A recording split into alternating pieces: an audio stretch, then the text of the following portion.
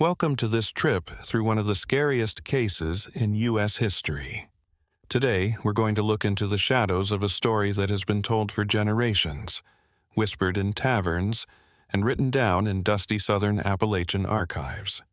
A story about trust that is broken, secrets that are buried, and the darker side of rural hospitality. Let us know in the comments where in the world you're watching from. Let's start. This video was made by fiction that is only meant to be entertaining. Any resemblance to real people, living or dead, is just a coincidence. It was 1874. The Appalachians were a long green spine that ran through the eastern United States. They covered parts of Virginia, North Carolina, and Tennessee. The area was in a state of change at that time. There were deep wounds in the South's economy and soul from the Civil War, which ended less than 10 years before. It was a terrible loss for many families. Farms were left empty, and roads. Cracks appeared in the law, but they were far away and hard to see in small villages tucked into valleys and hills. Two sisters lived alone on this property, which was in this setting and was on the edge of Watauga County, North Carolina. There were thick forests of oak and pine trees all around the house, which was on a small hill. The land was said to have belonged to their late father, who had died years before in an unknown cause. The sisters, whose names were only Eliza and Margaret, ran a simple inn for travelers going through the area. There were not many hotels around at that time. Tourists who went through those mountains relied on the kindness of locals, who would give them a place to stay and a hot meal in exchange for a few coins. Traders, messengers, and adventurers going west or down from the mountains to the valleys with more people knew about the Sisters' Inn. Their friendliness was talked about a lot. Eliza, who was the oldest, used to greet guests with a motherly touch. Margaret was quieter and worked in the kitchen. She wasn't seen for long periods of time. It was a simple, clean house. There was a kitchen in the back, a living room with a fireplace, and a few beds in small rooms. People walking by on the dirt road were often drawn in by the smell of freshly baked bread and stew. But around the end of 1873 and all through 1874, something started to get people's attention. Some travelers who were seen going into the sisters' property just disappeared. They weren't seen. They were not seen in the towns that followed. They didn't write to their family members. It looked like they had disappeared into the trees and mountain fog. No one at first put the pieces together. People who were traveling always vanished back then. The roads were risky. There were thieves, wild animals, and accidents on the steep trails. On the American frontiers, death was always close by. Then a cloth merchant named Thomas Riddle stopped being seen. He was no longer in Boone. The goods are going to a small village in the middle of the mountains. He was going to a town in the valley, a 2-day ride away. Thomas had a good name. He was devoted to his family and had a good name. His wife started looking for him when he didn't show up on the agreed-upon date. She followed his usual path and asked at every stop. At one of these stops, someone said they saw Thomas entering the property of Eliza and Margaret's sisters. He got there at dusk, tired and looking for a place to stay the night. No one ever saw him again. Thomas's wife told the man who was sheriff of the county about it. He was named William Hutchkins. He was practical, but Hutchkins was not sure about things. He could see the sisters. They looked like they were just two women trying to get by in a tough time. Still, Thomas's wife's persistent pleas got him to go see her. He got on his horse and rode to the property along the winding road. The trees were turning orange and red because it was fall. The air smelled like wet dirt and leaves that had died. Eliza was as friendly with Hutchkins as she was with anyone else who came to visit. She said she hadn't seen Thomas Riddle. She said that week she hadn't had any guests. Margaret briefly walked through the kitchen doorway to confirm what her sister had said. She then went back inside. Hutchkins looked around. Everything looked fine. The yard was quiet and the house was in order. He wasn't allowed by law to search the property, so he thanked her and left, feeling uneasy that something wasn't right. But he couldn't follow his gut. He required proof, which he did not have at that time. Moment. Over the next few months, more people went missing. A traveling blacksmith who fixed tools on farms in the area disappeared after telling the sisters that he was going to stay the night at their inn. A young preacher on the road who was traveling alone with just a Bible and some clothes also went missing after being seen on the same road. But each case was separate enough that it didn't immediately set off alarm bells, but over time they started to fit together in a disturbing way. What made it even scarier was what the missing men were like. They were all going on their own trips. All of them had been through or talked about going through the sisters' property, but none of them had anyone with them or witnesses who could confirm their last movements. People soon became aware of these events when they happened in small towns where everyone knew each other. There was a growing sense of doubt in the air in markets and churches. People who lived there longer remembered other travelers who went missing years ago, when the sisters' father was still alive. Deputy. In March 1874, Hutchkins went back to the property, but this time he brought 2 deputies with him. People in the community and families who were upset put pressure on him. He had to look into it more, even though he didn't have a formal warrant. The house was quiet when they got there. When she saw them on the porch, Eliza smiled her usual soft smile, but there was something cold in her eyes that hadn't been there before. She invited them inside, offered coffee, and kept her cool the whole time. A friendly hostess. Hutchkins didn't waste any time. He said that a group of men who had been seen near the property had disappeared. He asked the sisters if they knew anything that could help. Eliza calmly said she didn't do anything. She said she didn't have many guests and kept track of them in an old notebook. She was happy to show them. During the whole conversation, Margaret stayed in the kitchen and cooked something that smelled like meat and spices. The police chief looked through. The notepad. Names, dates, and amounts paid were written down. It looked like everything was in order, but the names of the men who were missing were missing. The deputies asked to be able to look around the rest of the house. Eliza agreed, but she added a condition. She said that the barn and the basement were private places where they kept food and other things they owned. Hutchkins knew that he couldn't break in without solid proof. At that time, the law wasn't very strict, especially in rural areas where good people's word meant a lot. Even though people had doubts, a lot of them still saw the sisters as lonely women trying to make it. He again left the property without giving an answer, but this time he was determined not to give up. The truth started to come out in a way that no one expected.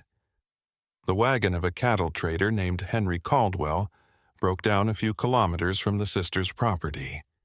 He was traveling through the area. He had to get tools to fix the axle because it was late afternoon. He chose to walk to the house that was closest, which was the inn. When he got there was no answer when he knocked on the door. The house looked like it was empty since the windows were shut. Henry went around the building looking for signs of life and finally got close to the barn. Then he heard a strange sound, like something heavy was being dragged on the ground. He walked up to a crack in the barn's wooden wall and peered inside. What he saw stopped him in his tracks. She was there by herself, pulling something that was wrapped in thick canvas. Through holes in the roof, the dim light of dusk came in, putting out shadows that moved on the walls. Henry couldn't be sure what it was, but he could tell what it was by its shape. Long, heavy, and about the size of a person. He walked away quietly, his heart beating fast. He quickly went back to his wagon, made a quick fix, and then sped off to the next town. He went to find Sheriff Hutchkins and told him everything he had seen. Hutchkins paid close attention. He had something real for the first time. It wasn't proof for sure, but it was. Enough to make a full search worthwhile. He got together a group of men, some of whom were ranchers from the area and knew it well. They planned to go back to the property at dawn the next morning. People in the area heard the news very quickly. A lot of people didn't think that two women could do something so bad. Others remembered the old stories about their father, who was said to be moody and private. There were rumors that he got into fights during the war and owed money to people who did, dangerous people, and that his death had never been fully explained. The sisters may have learned more from him than just how to be friendly. They might have inherited secrets that no one knew about. That night, as Hutchkins and his men got ready, there was a thick fog over the mountains. Wolf calls and the wind whistling through the pine trees were the only sounds that broke the silence. On the faraway property, the sisters' house had lights on late into the night. No one knows what they talked about. No matter if they knew the net was closing in on them that night or just went about their business as usual, dawn would come with answers that would change everything. Dawn came with a thick fog. Sheriff Hutchkins led the group out of town while it was still light, taking the winding road through the mountains. Henry Caldwell was one of the 7 men who agreed to show them how to get to the property. The air was cold and damp, and it smelled like moss and wet ground. Only the sound of horses' hooves on the hard-packed ground broke the silence. The pale light made the trees look taller and scarier. They found the house to be completely silent when they got there. The chimney wasn't giving off any smoke. The windows didn't move at all. Hutchkins got off their horses and knocked hard on the door. He held out. Nothing. He knocked again, but this time he made a loud noise to let them know he was the county sheriff. Still no answer. There were tense looks between the other men. There was a problem. Hutchkins checked out the doorknob. The door was opened. He pushed it slowly, and the old wood squeaked as it opened. The inside of the house was too clean. It looked like everything had been put away for a long time because it was all in its right place. The fireplace wasn't lit and was very cold. Nothing was dirty, and there were no signs of a recent meal. No one was in the bedrooms. The corners of the beds are perfectly round. The kitchen cabinets held basic items, but nothing looked like it had been touched. Just now, it looked like no one had lived in the house on purpose. The sisters were no longer there. The men were told by Hutchkins to search every room, closet, and dark spot. They were searching for anything that could explain what happened or help them figure out where Eliza and Margaret might have gone. They found some personal items, folded clothes and trunks, and the inn's logbook, which Hutchkins had seen before, but nothing that seemed to point the finger at anyone. It wasn't until one of the deputies went to the basement that the whole atmosphere changed. There was a narrow door in the kitchen that led to the cellar. Wooden steps led down into the dark. The congressman had a flashlight with him, and the flickering light showed walls of packed dirt and makeshift shelves made of grain sacks and canning jars. It smelled bad down there, a mix of mold, dampness, and something else I couldn't put my finger on.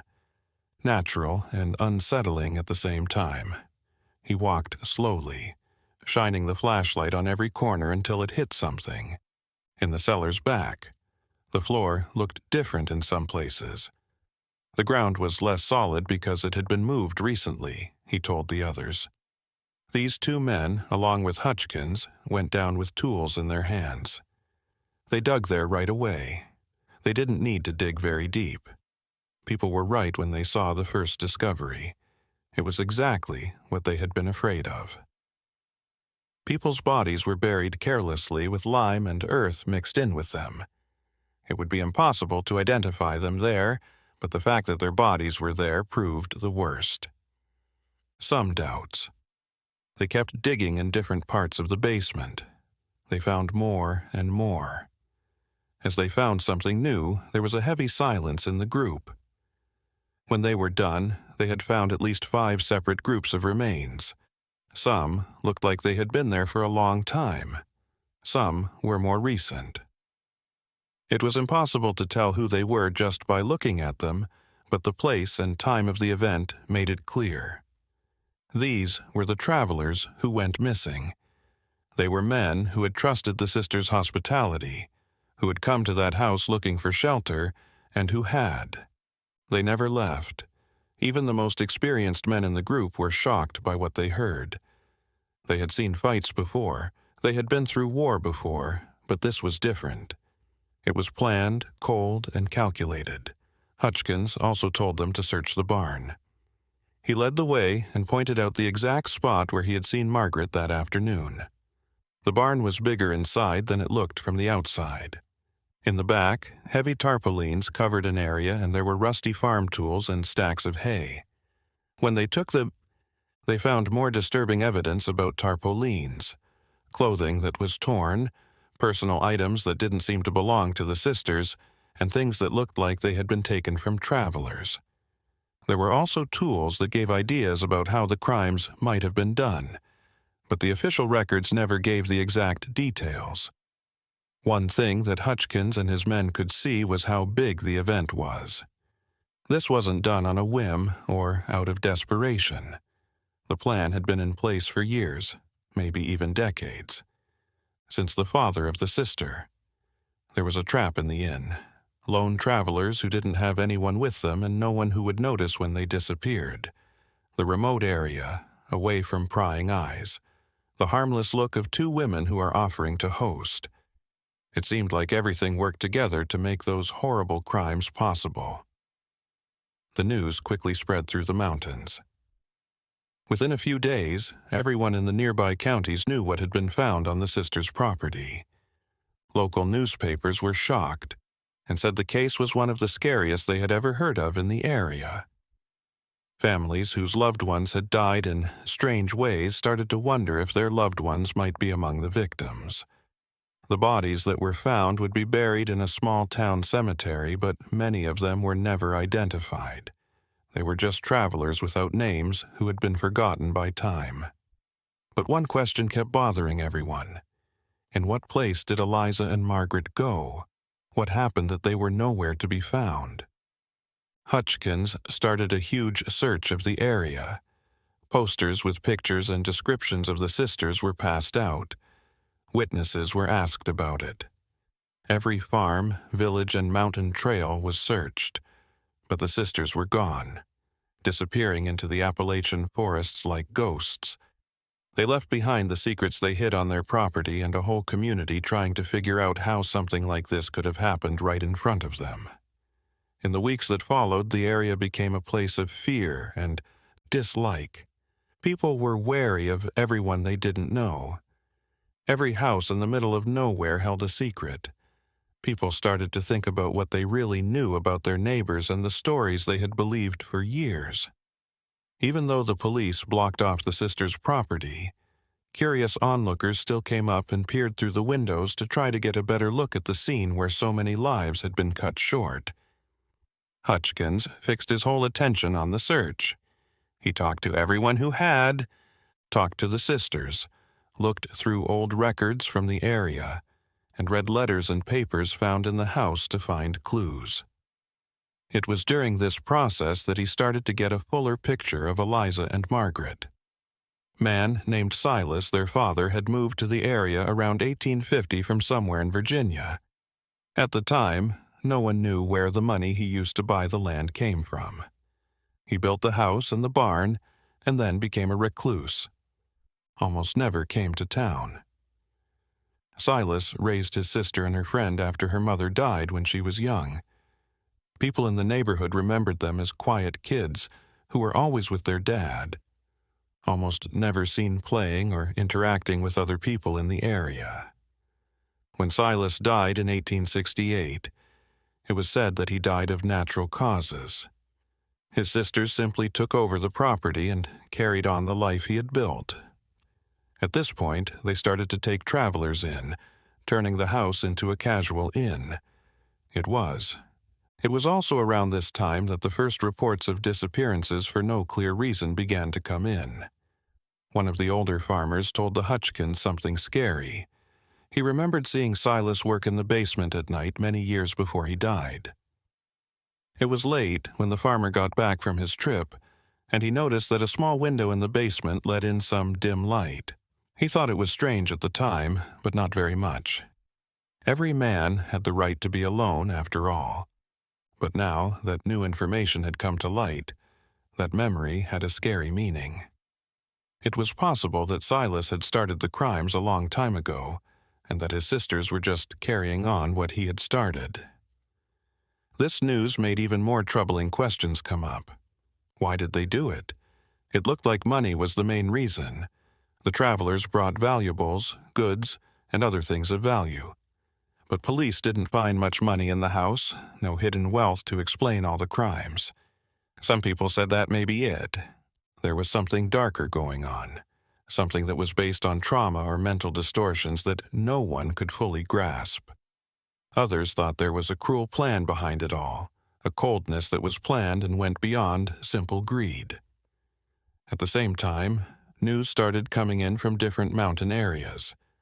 A lumberjack said he saw two women who looked like Eliza and Margaret walking toward Tennessee on a remote trail. Two travelers were said to have bought food from a merchant in a border town. It fit their profile perfectly. Every report was looked into, but none of them led anywhere. It looks like the sisters knew a lot about the geography of the mountains. They knew how to sneak around without being seen, how to use the less traveled trails, and how to blend in with the trees and deep valleys. Hutchins broadened the search to include states that are close by. He wrote to county sheriffs in Kentucky, Virginia, Tennessee, and even Virginia. People read a lot of things about the sisters. Eliza was described as a woman who was about 40 years old, with dark hair that had gray streaks in it, light eyes, and a soft voice that looked like the perfect mask. Margaret was younger, maybe 35 years old, shorter, and looked a lot like her sisters, but she was more quiet and hard to notice. At the time, neither of them could read or write, which was unusual for women in the area. This helped them plan and carry out their moves.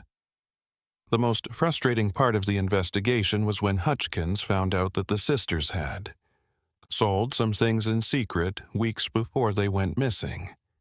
A jeweler in Boone confirmed that she bought some simple jewelry from a woman named Eliza. She told them that she needed money to fix up the house. The jeweler didn't think anything was wrong, paid the right amount, and couldn't even remember when it happened.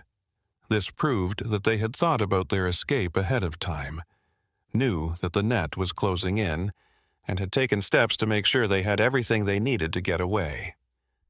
The months turned into seasons. In the mountains in the summer of 1874, it got very hot, and both the investigation and the clues started to fade. Hutchins didn't give up, but they didn't have many options. He had other things to do and cases to handle. The community slowly began to deal with the shock of what had been said.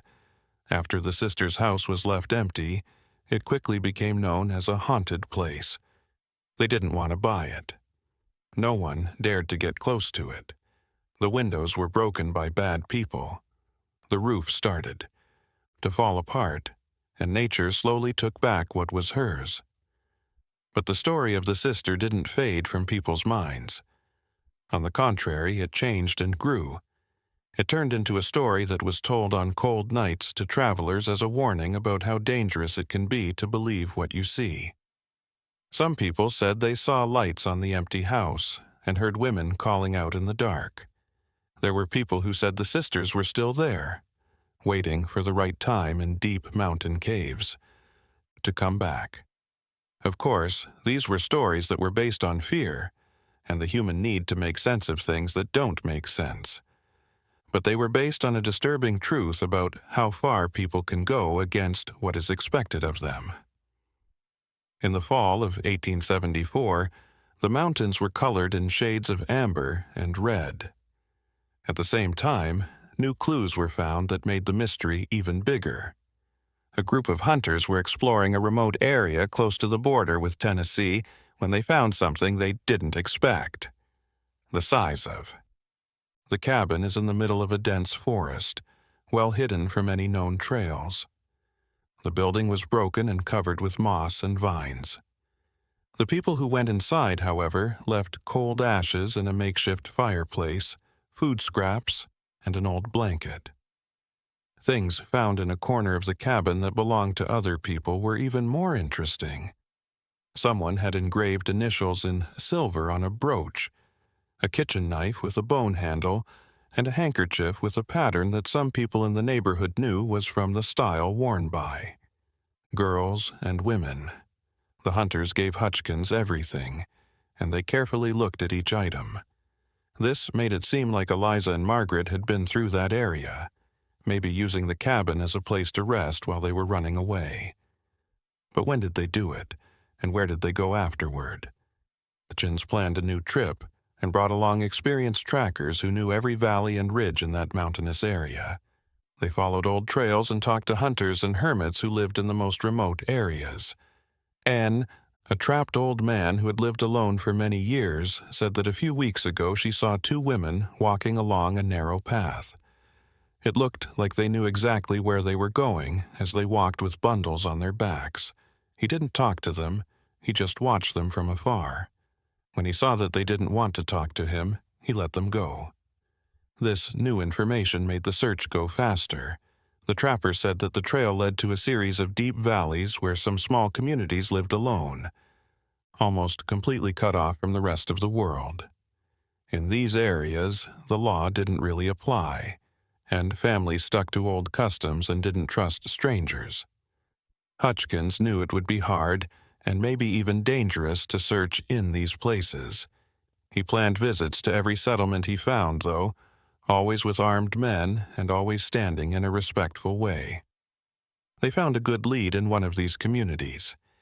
A family who lived on a farm in the middle of nowhere said they had a visitor from two women who wanted to work for food and water. They were only there for 2 days to help with the harvest. After that, they continued their trip. They looked just like Eliza and Margaret, but when Hutchkins asked the family where they were, they couldn't say. The women left at dawn without saying anything. They moved through the mist like ghosts. The Hutchkins were interested in how calmly they seemed to move. There wasn't any stress or hurry, and it looked like they were following a carefully thought-out plan, knowing every place to hide and every family that could help them without being asked. This showed a level of preparation that was higher than what he had thought. That they had planned this escape in their minds for years, knew the mountains better than any map, and even had contacts in key places to help them. There were more and more stories about the sisters' past as the search went on. An old woman from Boone remembered something that happened many years ago, who Eliza was when she went to town to get things. There was something off about the woman who worked in a general store as she briefly talked to her. Eliza had talked about being alone, how hard it was to trust people, and how the world was a cruel place where only smart people could survive. At the time, the store owner thought it was just someone talking sad thoughts because they were alone. Those words mean something totally different now. Someone else in the area remembered seeing Margaret years ago in a church. He was sitting alone in the back and looking at the other people with a look that he described as cold and calculated. She only watched and never took part in the prayers or the hymns. She would leave right after the sermon so no one could talk to her. All of these little details painted a picture of two women who had always been on the edges of society, watching from the outside. They were never really part of the community. They always kept a safe distance. In December of that year, as the snow started to fall, blanket the highest peaks of the Appalachians, Hutchkins got a message that made him very sad. A messenger, going from one faraway town to another, stopped at a tavern and told a weird tale. He was sure he saw two women on a road in West Virginia, which was more than 200 kilometers away. They were waiting for someone by the side of the road. When the messenger went by, they looked at him with deep eyes, but didn't say anything. He went on his way, but the image of those two silent figures stayed with him. Remember, Hutchins tried to get in touch with West Virginian authorities, but the responses were negative. There were forests and mountains for thousands of miles in that huge area. It would be very hard to find two people who didn't want to be found, and even if they were found, there would be problems with jurisdiction, evidence, and how to bring them back to court. At that time, the law was hard to understand, especially when crimes happened in different states. Mountain ranges got a lot of snow in the winter. The search had to be put on hold for a while. It got too dangerous to drive on the roads and trails. During those months, Hutchins looked over the whole case again and again, hoping to find something he missed. He looked at the things that were found in the house, read the testimonies again, and tried to figure out why the sister did what she did. However, the more he looked into it, the less it seemed like it made sense. There was a coldness and lack of empathy that went against what he knew about people. Nature. In the spring of 1875, when the snow melted and the roads were clear again, Hutchins started looking again with a lot more drive, but it was even colder on the trail. It had taken the sisters months to get away from each other, make new identities, and disappear into the vastness of American territory. That's when Hutchins started to accept a hard truth. He might not ever find them. Maybe they had won, if only for a little while, and were now able to avoid the justice they so richly deserved. Face. Mountain life came back to life in the spring. However, it also brought something strange. A lawyer from Knoxville, Tennessee, came to Hutchins' office with more paperwork that made the case even more complicated. He worked for a family that wanted to claim the sisters' property. The papers say that Silas had a big debt from years before he died and used the land as collateral. The family that owed money wanted to take back the property, but there was a legal issue, with Eliza and Margaret not there, and once they were pronounced dead, the property situation was legally unclear. The Hutchins saw this as a chance. In order for the creditor family to really get the property, the sisters would have to be found or officially declared missing. They might be more likely to pay for a bigger search with more tools than the county has. The lawyer said that Sterling, a reasonable man, agreed to talk about the matter with his clients. After a few weeks, he came back with an offer the family was willing to pay a lot of money for. Information that helped catch the sister. The news of the reward quickly spread across the Appalachians and beyond. A lot of towns printed posters and put them up in markets, taverns, and post offices.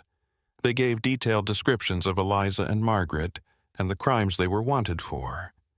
They also said that anyone who gave them accurate information would be rewarded with gold. There were bounty hunters, adventurers, and opportunists of all types interested in the reward because it was big enough. This led to a lot of new alerts. Some were obviously not true. People who are trying to get rich by making up stories. Others were cases of mistaken identity, where innocent women were thought to be the fugitives. Hutchins had to carefully sort through each piece of information to figure out what possibilities were real and what were just dreams. It took months of hard work, but after a while, some accounts started to show an interesting pattern. Many different witnesses said they saw two women traveling together through different parts of Tennessee during the winter. They always used different names to introduce themselves and told different stories about where they came from, but they looked and behaved in similar ways. They worked on farms for a short time, helped with harvesting, sew or cook, and then they moved on. No one was able to ask more in-depth questions or start to suspect anything because they never stayed long enough. A farmer from near Nashville gave a very detailed account. There were two women he hired to help his wife plant crops in March 1875. He did a good job and stayed out of sight, but he noticed something odd.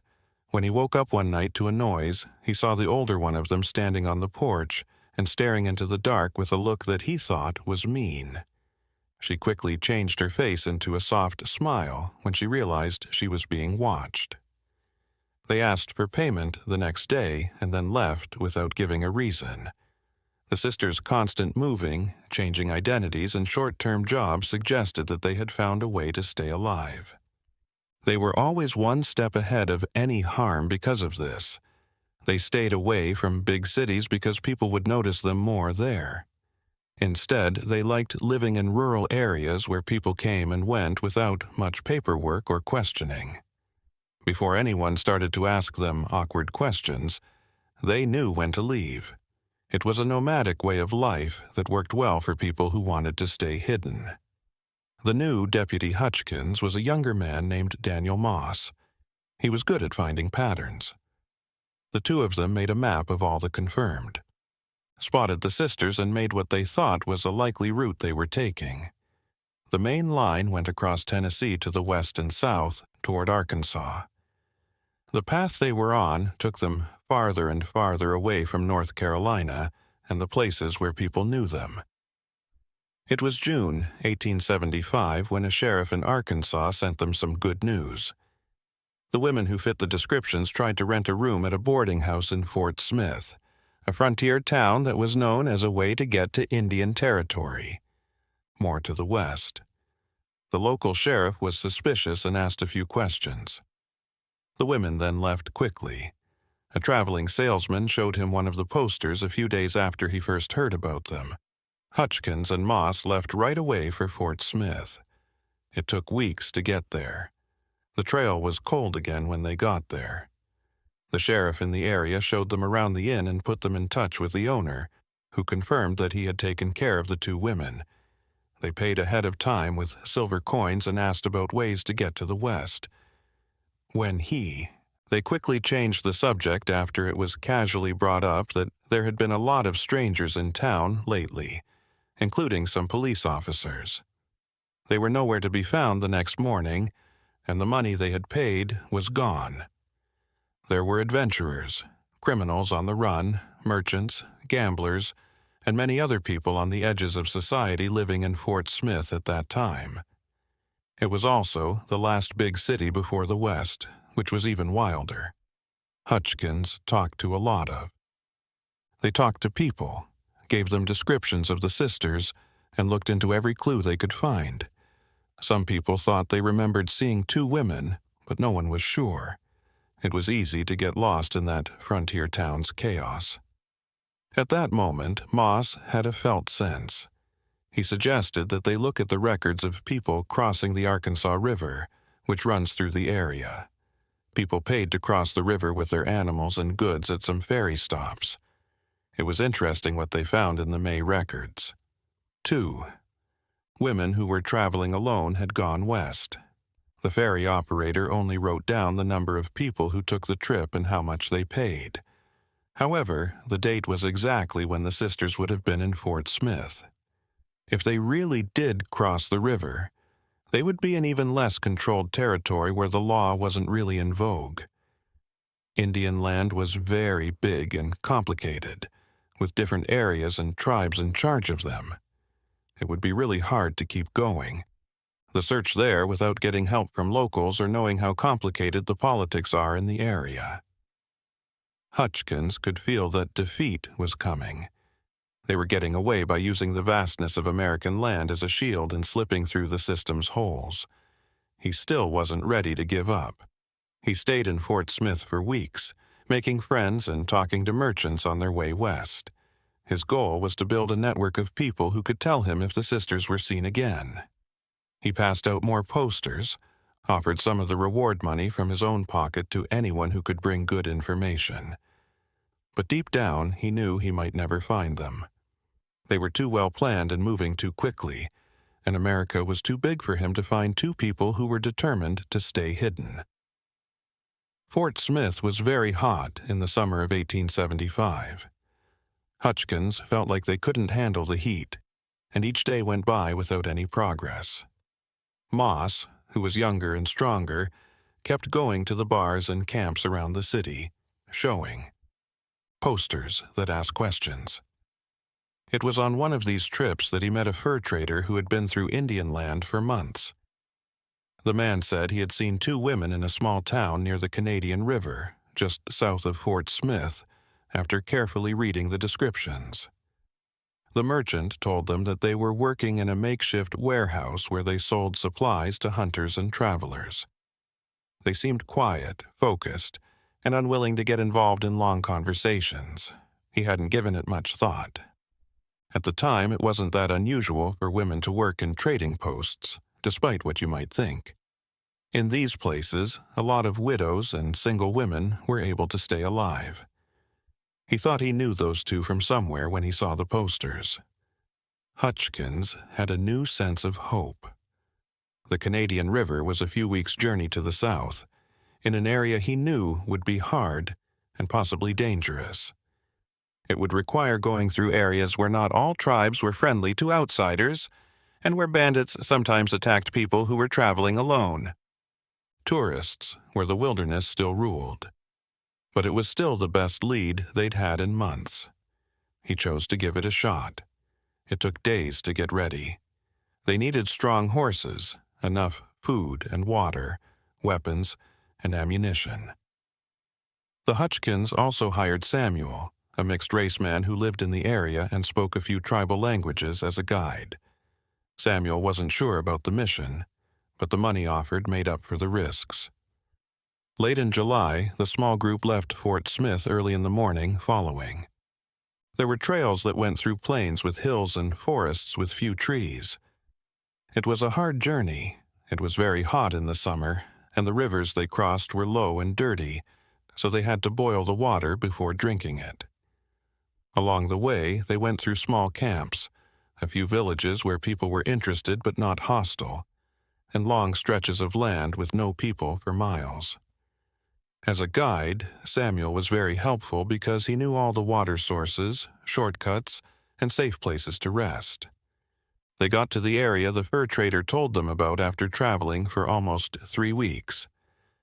The Canadian River wound through the land like a brown snake, and the banks were thick with plants. It wasn't hard for them to find the warehouse. A few tents and smaller buildings were set up around the rustic wooden building that had a palm leaf roof. A small settlement had grown there, and it was a place where traders, hunters, and travelers from all over the area could meet. Hutchkins and Moss cautiously went into the warehouse.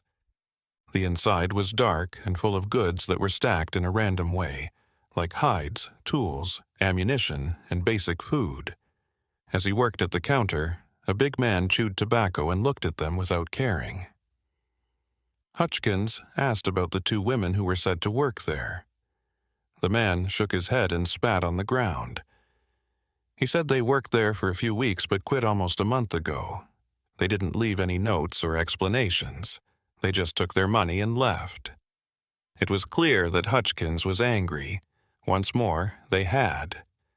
I got there too late. He got the man to tell him more. Where did the women go? Who did they talk to? Had they talked about any plans? The trader gave an indifferent shrug. They didn't bother anyone, worked hard, and stayed out of trouble. A hunter was asked about the lands farther west, about New Mexico and the territories beyond by the oldest son. That could have meant anything or nothing. He talked to everyone in the small town for the next few days. He found some people who, everyone remembered the sisters, but no one had any real information. There was a woman selling fabrics who said that Margaret had probably bought a simple map of the area.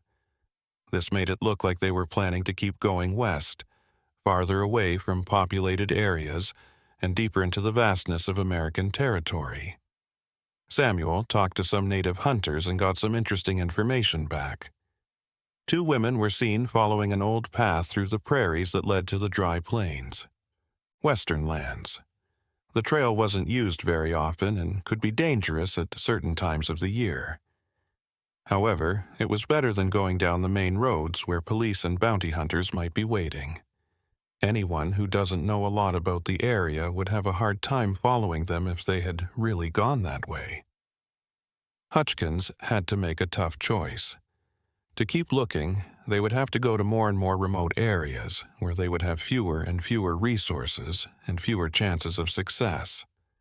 Moss was ready to keep going, but Samuel made it clear he wasn't going any further. He only heard stories about the lands to the west, and he didn't want to risk his life on a quest that was becoming more and more impossible. Sitting by the river, watching the stars, and listening to the sound of the water running, Hutchinson thought about his choices all night. He seriously thought about giving up for the first time since he started the investigation. It wasn't because he didn't want to, but because he knew what he could and couldn't do. They were very much ahead. They knew the area well. They had thought out every move. Before the net closed in on them, they knew when to leave. Most importantly, they seemed ready to go to the ends of civilization and live on the edges of society forever in order to avoid being caught for their crimes. But there was something that really bothered him. The thought that they would get away with it, that they would never be caught, and that the families of the victims would never be able to move on. Thought of the bodies that had been found. The bodies are in the basement. The things they owned are all over the barn, and their lives were cut short by greed or cruelty. Everyone who died had hopes, dreams, a family, and a future that had been violently taken away. And the people who did it were somewhere under that same starry sky, maybe even looking at the same stars without seeming to feel bad about what they did. Hutchins made up his mind at dawn. He was going to keep going, but he was going to change his plan. He wasn't going to try to follow their body trail, which was already there. It's too cold. He would instead go back to Fort Smith and then to North Carolina, where he would use what little money he had left to keep a network of informants spread out across the territory. He was going to put up more posters, keep the reward going, and wait patiently. People like Eliza and Margaret would make a mistake and get noticed one way or another, and he would be ready for it. The trip back was faster, but it made me feel like I had lost for a while. Moss talked to him to try to cheer him up, about how close they were and how the next clue would be the one that proved it all. But Hutchins knew what was really going on. The search was no longer going on. It was now just a matter of time, luck, and patience. As they drove back across the hot summer plains, he couldn't help but wonder where the sisters were, what they were doing, and whether they were regretting what they had done or were just moving on like nothing had happened. In September 1875, Hutchins went back to North Carolina, met with mixed reactions. Some people in the community knew how hard the search was and knew he had done more than most people would have. Others, especially the families of the people who had been identified, felt betrayed by the lack of concrete results. Hutchins took the criticism without saying anything because he knew that words couldn't make those people feel better. The weight of the case was a personal burden for him, and it kept him up many nights. The following months he put all of his to keeping his network of informants up to date and building it. Between them, he wrote to sheriffs in at least 15 states and territories. He kept them up to date on what was going on, shared any new information he got, and asked them to keep the posters up in public places. It was very hard work that often made him angry, but that was all he could do at the time. Moss stayed his deputy and closest friend, and he helped him handle the constant flow of news. Reports dropped during the winter. It got rough on the roads. It took longer for people to talk to each other, and many stopped traveling until spring came around. During the tense silence, Hutchins went over every part of the case again, looking for something he might have missed. At the sisters' house, he spent hours looking at the things that were there, trying to figure out what they meant, or where they had gone, or why they did what they did. The thing that interested him the most was a diary that he found in Eliza's trunk. Room. The entries were few and hard to read because they were coded in a strange way. There were only hints at dates and times for people and events. There were pieces of sentences that didn't make sense when put together from torn pages. Hutchins even talked to a literature professor at the nearby college in the hopes that he could figure out a pattern or code in the notes. The professor looked at the diary for weeks, but in the end decided there wasn't a clear pattern. There were just random thoughts from someone with a crazy and troubled mind. A report from New Mexico came in the spring of 1876. A traveler selling goods between Albuquerque and Santa Fe said she met two women at a quiet rest stop. They were the only ones working in a small store that sold travelers water and food. At the time, the merchant didn't give it much thought, but when he went through Fort Union a few weeks later and saw one of the old posters still up, it made him remember. What was said seemed to fit. The women he had met. The Hutchins wanted to leave right away, but this time they were more sensible. New Mexico was very far away. It would take him months to get there, and the trail would probably be cold again by then. Instead, he sent detailed telegrams to the local government asking them to look into the stop in question. It took weeks to get the answer.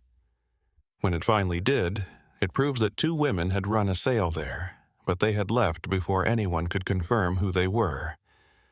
Once more, they had just barely gotten away. These events would happen again and again over the next few years. Reports came from places that seemed farther away and less likely, like Texas, Colorado, and even California. Each time the descriptions were close enough to be believable, but they were never clear-cut. Every time investigators got to the place they were told about, the women were already gone. Like chasing shadows or ghosts that left behind only rumors and vague memories, it was hard to keep up. In 1877, something unexpected changed things. To the case. A man came into Hutchins' office and said he knew something about the sisters. He said his name was Jacob and that he was an old friend of the family. He had grown up in the same area as Silas before he moved to North Carolina. Jacob had a scary story to share. He said Silas was not the good man that some people thought he was. In Virginia, he had been involved in multiple crimes, including robberies and maybe even worse. He ran away with his young daughters when things got dangerous.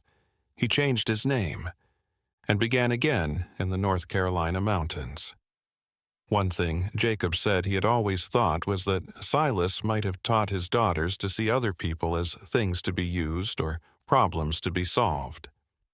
He purposely kept them away from everyone else and controlled every part of their lives, shaping their minds from a very young age.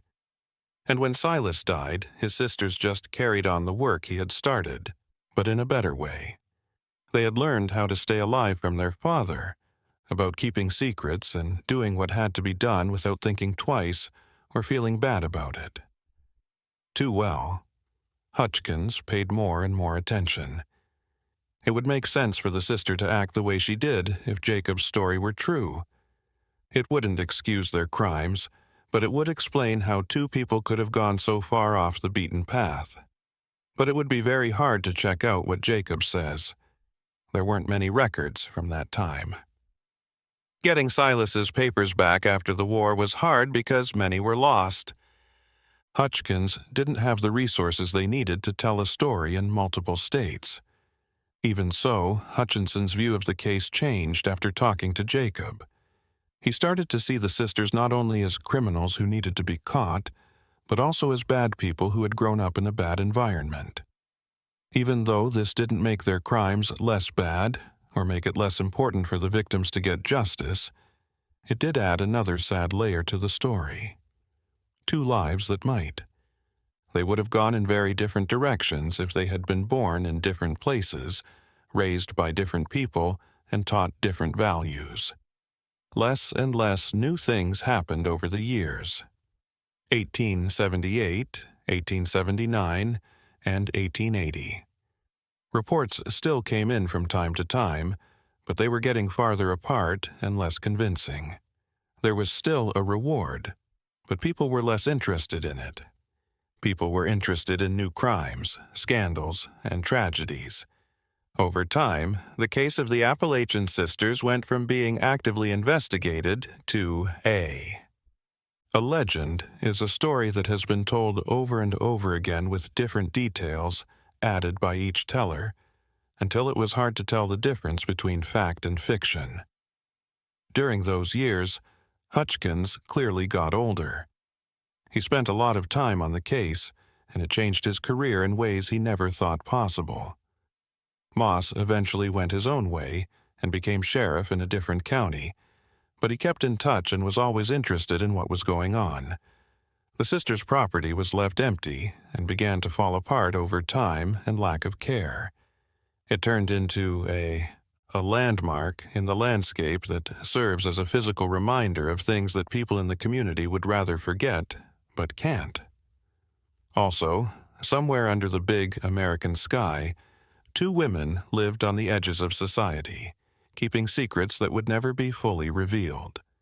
They moved through areas where the law wasn't present, and people didn't remember much, living under fake names and making up stories to stay one step ahead of anyone who might try to hurt them. They were always watching their backs and ready to disappear again if they had to. In the early 1880s, brought about big changes in the Appalachian area. As the railroads grew, they linked small towns that were far from the rest of the country. The telegraph made it easier and faster to talk to people. The United States was quickly becoming more modern, and the justice system became better organized and covered more ground.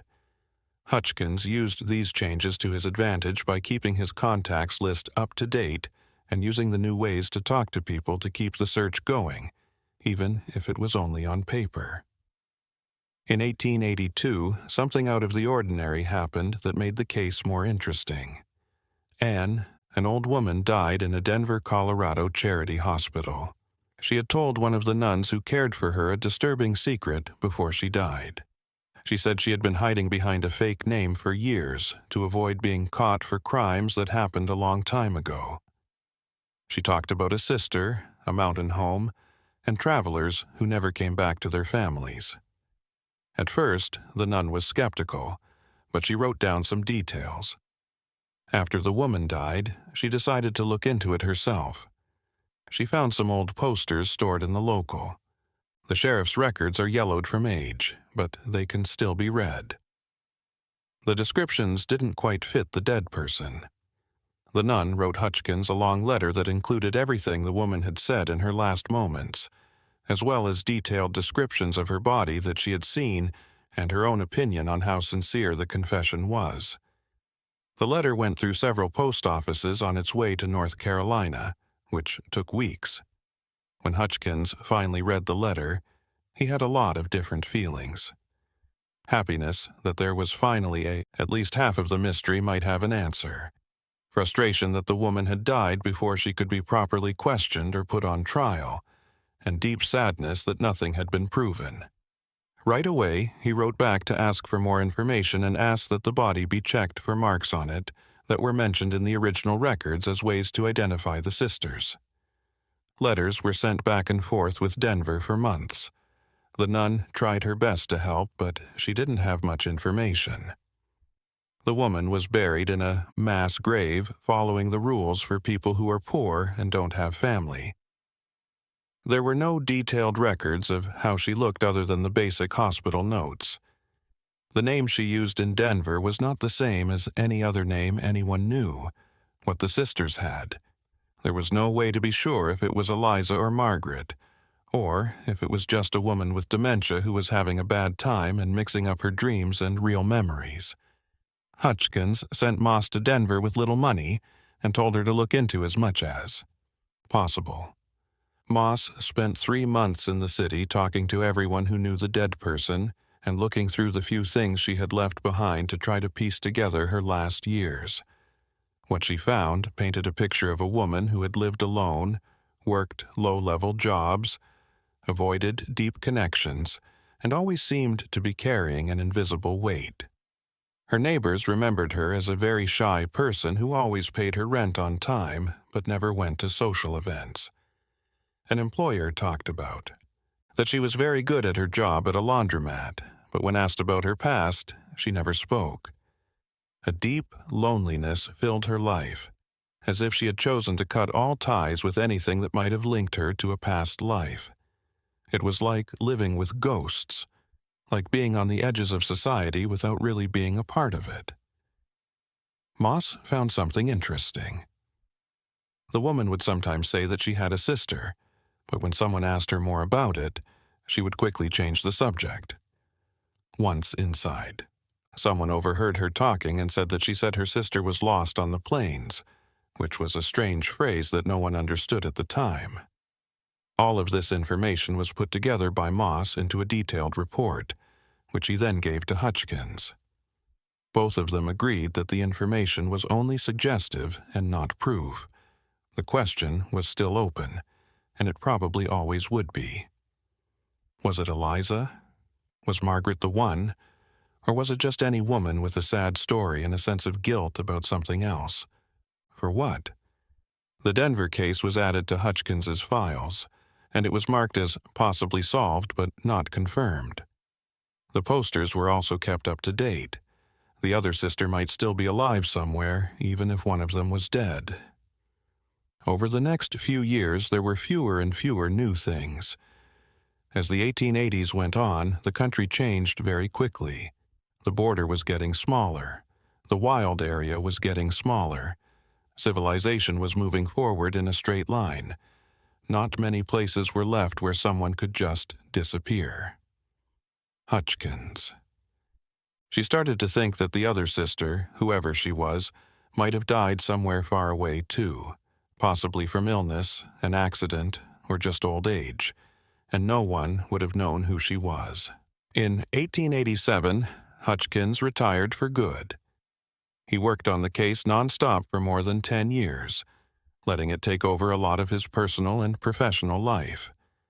In many ways, Moss took over his responsibilities, but even he knew that the case was pretty much over.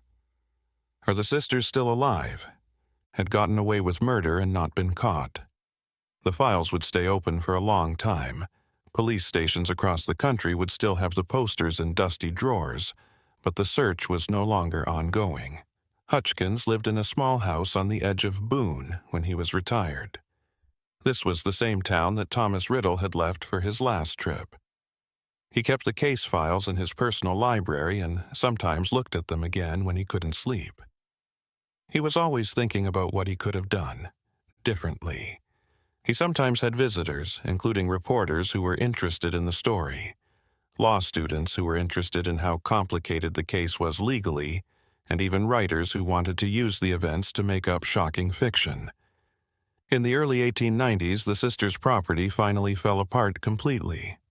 What was left was eaten by the trees in the forest, which grew through the foundations and turned the area into a pile of rotting wood and stones covered in moss. Some older people still lived there and told stories to the younger people who lived there about what took place there. But for most people, it was just another forgotten ruin in the mountains, a nod to a time they didn't want to think about too much. So, over time, the story of the Appalachian sisters turned into a legend. It started to get old, and people who lived through the events started to die. They left behind direct memories that no written record could fully capture. The cold and factual official records were all that was left, along with the stories that were told and told again and again, changed over time to the point where it was impossible to tell the difference between myth and truth. Before he died at age 68 in 1895, Hutchkins left behind a lot of questions that nobody could fully answer. People from his old job, the community, and even some people who had lost family members in the case that made his career were at his simple but dignified funeral.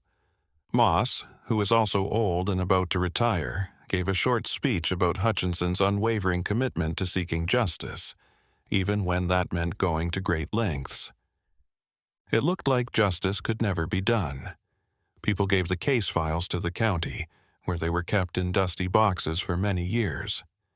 The United States had changed a lot by the turn of the century. Better roads, Phone lines and a stronger government presence linked the Appalachian Mountains that used to be cut off and mysterious.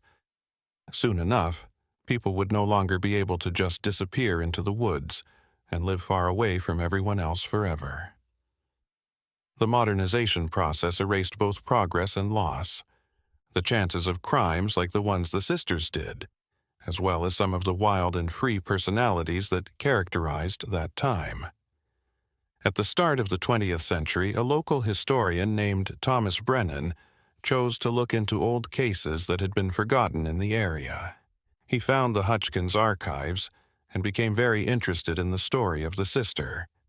Brennan spent years gathering information by talking to the few survivors who could still remember what happened and visiting what was left of the property and trying to figure out which parts of the story were true and which were not in the many versions that were told orally. A book about his work came out in 1908 and briefly brought the case back into the public eye. Brennan's book gave a thorough look at what happened, but it also admitted that there were still a lot of things we didn't know. He kept track of all the times the sisters were seen over the years, made maps of possible escape routes, and included copies of the original posters. However, what was most important to him was that he tried to make both the victims and the perpetrators seem like real people, not cartoonish evil characters. The book did pretty well in its own region, but it never became famous across the country. Brennan's work had some of the most interesting parts about what the sister might have been thinking. He didn't believe in simple explanations based on greed, saying that the small amount of goods found didn't mean. Explain why they took those huge risks. Instead, he suggested that there might be deeper psychological factors at play, such as the fact that they were alone, their father raised them, and possibly unresolved traumas from their childhood. Of course, these were just guesses, but they were based on careful observations of well-known patterns of behavior. Brennan also spent a whole chapter talking about how the story had become part of local folklore. Several dozen different versions were gathered by him of the story, with some saying the sisters had almost supernatural powers and others saying they were just victims of their situation and were just protecting their property. People said that the land had ghosts, curses, hidden treasures, and tunnels that only certain people knew about. None of this was based on real events, but it showed how people's minds processed upsetting events, turning them into something easier to understand or put into a category. Over the next few decades, the Appalachian sisters story became more well-known. Would sometimes be brought up again by reporters, writers, or researchers who are interested in crimes that happened in the past. Each new generation found out about the case and tried to figure out what it meant using the tools of their own time. During the Great Depression in the 1930s, some people saw the sisters as symbols of how desperately people tried to get by in a tough time. As early as the 1950s, psychologists began to look at the case as an example of psychopathology that runs in families. In the 1970s, feminist movements sometimes brought up the story when talking about women who didn't follow the rules, following social norms, but being careful not to romanticize serious crimes at all times. The land where the sisters' house used to be is now part of a state park that was created in the 1960s. Along nearby trails, informative signs have been put up that briefly talk about the history without going into disturbing details. Sometimes, hikers leave the path to look at the ruins. It is now completely overgrown and hard to tell that it used to be a house. Everything about that place makes me feel very sad. Even for people who don't know the whole story, the stillness seems to hold the weight of what happened in the past.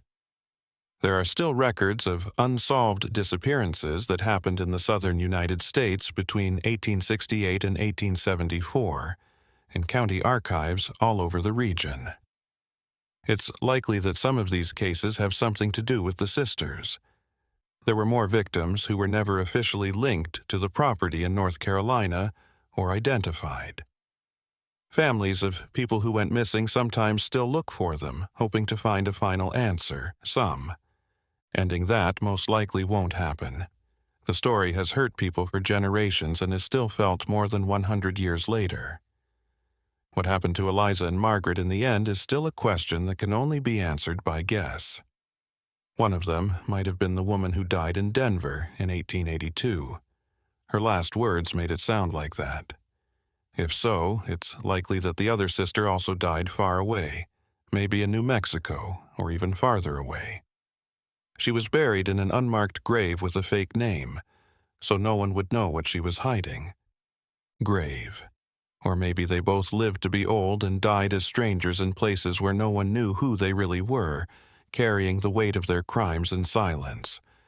There is also the very small chance that they were never caught because they were able to start new lives that had nothing to do with their old ones. They might have split up to increase their chances of survival, with each going their own way across the huge American continent. They might have found places where no one asked them questions and paper records were kept. Memories were short and hard to come by. At that time, it was not only possible but also pretty common in America, especially in the frontier areas, to start over. The case had a lasting effect on the Appalachian region. That much is clear. It changed the way people in that community thought about trust and how to treat strangers. That event served as a stark reminder that evil isn't always easy to spot. It can hide behind friendly smiles and offers of safety. This hard-learned lesson has come up again and again. Through generations, it becomes a part of the collective consciousness of the area. The story of the Appalachian sisters is still interesting to people today, more than 150 years after the events of 1874. This story makes you think about deep-seated fears about trust, about how much we really know about the people around us, and about how choices and circumstances can lead people in the strangest ways. It's also a story about how far justice can go. Not every crime is punished, and not every question is solved. Not all mysteries are clear. The old, quiet forests of the Appalachians are still there, keeping secrets that will never be fully revealed. The wind that blows through the pines reminds me of a time when the law wasn't very strict and people had to be tough to survive, even if it meant crossing terrible lines. And somewhere between the valleys and ridges, between what is known to be true and what has been changed over time by legend, the whole truth about Eliza and Margaret is still buried as deep as the secrets they used to keep. The basement of their house in the mountains. If you've made it this far on this trip through one of the scariest parts of Appalachian history, you might want to subscribe to the channel to see more stories that look into the dark mysteries of American history. Tell us what you thought of this story in the comments. Share your ideas about what you think happened to the sisters. Don't forget to like this video so that more people can find these stories that have been lost over time. Until the next time they look into things in the shadows of